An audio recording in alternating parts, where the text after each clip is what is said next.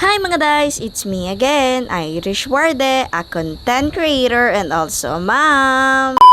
For today's video nga po pala ay second day ng pagpapatiles dito sa greenhouse. Ito nga po pala ay second and last na pagtatiles nito ni tatay. Hindi pa nga po pala talaga natatapos gawa ng ito nga po palang loob ay itatiles na rin daw po, sabi ni Kuya Atoy. Sabi nga po pala si Kuya Atoy na pati nga po pala itong loob ng bahay ay itatiles na rin. Wow! Kaya naman po kahit hindi ko nga po pala talaga itutunay na bahay ay masaya na rin po ako gawa ng syempre kami po ang nakatira dito. Kaya naman po nakakatuwa gawa ng syempre mapapabilis po yung paglinis ko at pagtatambo dito. Kung hindi nyo nga po pala na itatanong, ito nga po palang greenhouse ay nakikitira lang po kami dito kila ate at Kuya Atoy. Nagpakuha na nga rin po pala dyan si Ate Mara dyan sa nyuga nila ng buko na siya naman po talagang ipapamerienda namin dun sa nagtatrabaho. Nung makakuha na nga rin po pala dyan ang aking live-in partner, agad na nga po pala namin yan inayos. Half day na nga lang po pala talaga yung gagawin ni tatay dulong sa tiles ng balkon. Kaya naman po ilang minuto na nga lang po talaga ay matatapos na po siya kaya umuwi na rin po siya. Yun nga po pala yung balkon ngayon. Ganda na po at ibang iba po talaga yung sa dati. Kanina nga po pala ay dumating dito yung mga operator ng sound system ni Kuya Atoy. Nagpakuha nga po pala dyan si Kuya Atoy ng lights and sound gawa ng yung boss nga po pala niya sa trabaho ay birthday ngayong araw. Habang ito naman po aking live-in partner ay nag-grass cutter dito sa farm nila Ate Mara at Kuya Atoy. Nag-grass cutter na nga rin po pala dyan ang aking live-in partner gawa ng naglalago na nga po pala yung mga damo. Ito nga lang po pala talaga yung video ko ngayon gawa ng wala naman po masyadong kaganapan ngayong araw dito sa amin. At dahil nga nakita ko itong si Kuya Atoy ay napagtripan ko na naman.